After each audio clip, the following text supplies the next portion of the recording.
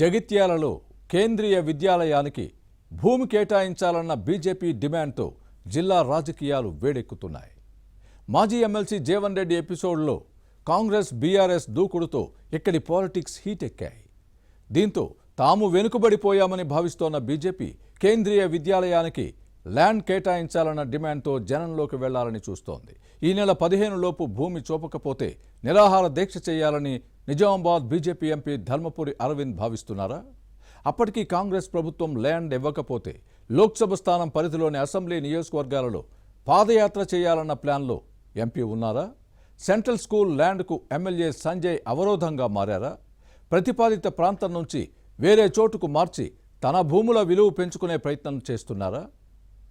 Was the story?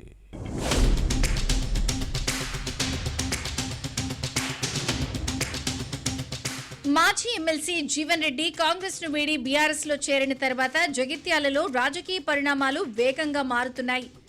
ఏ పార్టీకి ఆ పక్షం పరిస్థితులను తమకు అనుకూలంగా మలుచుకునే ప్రయత్నంలో ఉన్నాయి. జీవన్ రెడ్డి ఎపిసోడ్లో కాంగ్రెస్ బీఆర్ఎస్ ఢీ అంటే ఢీ అన్నాయి. ముఖ్యమంత్రి రేవంత్ రెడ్డి మాజీ సీఎం కేసీఆర్ల మధ్య మాటల తూటాలకు ఇక్కడి రాజకీయమే కారణమైంది. జగిత్యాల పొలిటికల్ పిక్చర్లో తాము కనబడటం లేదు అన్న ఆందోళన బీజేపీలో మొదలైంది. రేసులో వెనకబడిపోయాము అన్న చర్చ పార్టీ క్యాడర్లో సాగింది.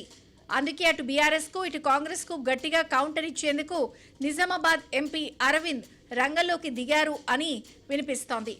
బీఆర్ఎస్ నుంచి కాంగ్రెస్ లో చేరిన ఎమ్మెల్యే సంజయ్ కుమార్ లక్ష్యంగా వ్యూహరచన చేస్తున్నారు అన్న ప్రచారం జరుగుతోంది.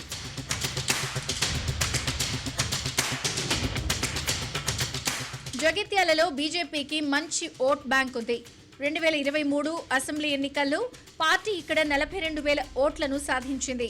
అంతకుముందు డిపాజిట్లు దక్కని బీజేపీకి గత ఎలక్షన్లలో బోగస్ శ్రావణి ఏకంగా ఓవైపు జీవన్ రెడ్డిని మరోవైపు సిట్టింగ్ ఎమ్మెల్యే సంజయ్ కుమార్ ఢీకొట్టారు. ఎంపీ ధర్మపురి అరవింద్ వ్యూహాత్మకంగా వ్యవహరించడంతో ఇక్కడ కమలానికి ఇన్ని ఓట్లు వచ్చాయి. ఆ తర్వాత జరిగిన పార్లమెంట్ ఎన్నికల్లోనూ బీజేపీ గణనీయమైన ఓట్లను సాధించింది. కాంగ్రెస్ ఎంపీ అభ్యర్థిగా బరిలో జీవన్ రెడ్డికి సమానంగా ఓట్లు రావడంతో జగిత్యాలలో కమలం బలమేంటో అర్థమవుతోంది. ఈ ఏడాది ఫిబ్రవరిలో జరిగిన మున్సిపల్ ఎన్నికల్లోనూ బీఆర్ఎస్ కంటే 2 కౌన్సిలర్ సీట్లను ఎక్కువే గెలుచుకుంది. కానీ ఇటీవల జరిగిన రాజకీయ పరిణామాల్లో బీజేపీ కొంత వెనకబడింది అన్న చర్చ జరుగుతోంది. జీవన్ రెడ్డి ఎపిసోడ్లో కాంగ్రెస్ బీఆర్ఎస్ నేతలు ఒకరినొకరు విమర్శించుకోవడంతో నువ్వా నేనా అన్నట్టు పరిస్థితి మారింది.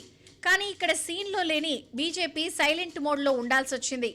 అందుకే కాంగ్రెస్ బీఆర్ఎస్ టార్గెట్గా కమలం ఎంపీ అరవింద్ వ్యూహాత్మకంగా ముందుకు వెళ్లే ప్రయత్నం చేస్తున్నారు.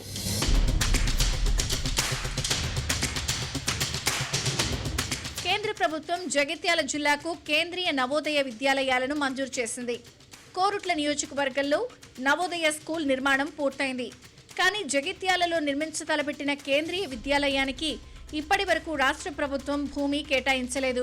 దీనిపై బీజేపీ ఆందోళనకు పిలుపునిచ్చింది. స్థానిక ఎమ్మెల్యే సంజయ్ కుమార్ నిర్లక్ష్యంతో ప్రభుత్వం ల్యాండ్ ఇవ్వడంలో ఆలస్యం చేస్తోందని బీజేపీ ఆరోపిస్తోంది.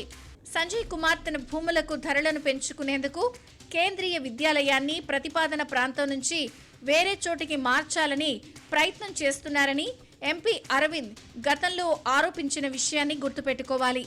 అందుకే కేంద్రీయ విద్యాలయ నిర్మాణానికి భూమి అంశంపై జనంలోకి వెళ్లేందుకు ఈ ఎంపీ ప్లాన్ చేస్తున్నారు. ఈ నెల 15 లోపు సెంట్రల్ స్కూల్ కు స్థలాన్ని కేటాయించకపోతే ఎంపీ అరవింద్ జగిత్యాలలో నిరాహార దీక్షకు దిగుతారని బీజేపీ ఇన్ఛార్జ్ బోగస్ శ్రావణి ప్రకటించారు. అటు కాంగ్రెస్ ఇటు బీఆర్ఎస్ ను టార్గెట్ చేస్తూ బీజేపీ రంగంలోకి దిగుతోంది. కేంద్రీయ విద్యాలయం స్థలం కేటాయింపు కోసం ఎంపీ అరవింద్ చేసే దీక్షకు ప్రభుత్వం దిగిరాకపోతే జూన్లో పాదయాత్ర చేపట్టే అవకాశం ఉందని కమలం వర్గాల్లో వినిపిస్తోంది. నిజామాబాద్ పార్లమెంట్ స్థానం పరిధిలోని అన్ని అసెంబ్లీ నియోజకవర్గాల్లో పాదయాత్ర చేసి పార్టీ శ్రేణులను క్రియాశీలకం చేయాలని భావిస్తున్నారు అన్న చర్చ జరుగుతోంది. మరి అరవింద్ డిమాండ్కు రాష్ట్ర సర్కార్ దిగివస్తుందా? మే 15 లోపు కేంద్రీయ విద్యాలయానికి స్థలాన్ని కేటాయిస్తుందా? అరవింద్ వ్యూహం ఫలిస్తుందా లేదా అన్నది చూడాలి.